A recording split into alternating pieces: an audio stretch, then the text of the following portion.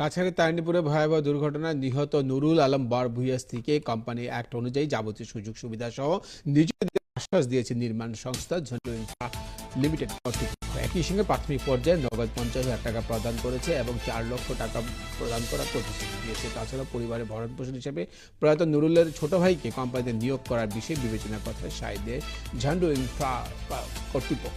তারা নির্মাণ ওভারব্রিজে ব্যারিকেড তৈরি করার পাশাপাশি সড়কের জমা কাদামাটি পরিষ্কার করা এবং নির্মাণ ওভারব্রিজ সহ বিপদমুক্ত স্থানসমূহ পর্যাপ্ত আলোর ব্যবস্থা করার জন্য 24 ঘন্টা সময়সীমা বেঁধে দিয়েছেন সার্কেল অফিসার। উল্লেখ্য, কাঠিগড়ার তারিণীপুরের টিআরকে রোডের উপর ভারতমালা প্রকল্পের নির্মাণ রোড ওভারব্রিজে ভয়াবহ দুর্ঘটনার শিকার হন নুরুল আলম বরভূঁইয়া। হাসপাতালে পৌঁছতে না পৌঁছতে মৃত্যুর কোলে ধরা পড়েন তিনি। যুবকের বাইক দুর্ঘটনায় মর্মান্তিক দুর্ঘটনায় মৃত্যুবরণ করে, তার জন্য আমরা অত্যন্ত শোকাহত। এই বাইক দুর্ঘটনাটি আসলে ভারতমালা প্রকল্পের জন্ডু কনস্ট্রাকশনের গাফিলতি এবং তাদের অনিয়মিত বাইপাস করেছিল, তার জন্য এই দুর্ঘটনা করেছে। যার ফলে কয়েকশো মানুষ জন্ডু কনস্ট্রাকশনের গেট অবরোধ করে তার গাড়িগুলি বন্ধ করেন।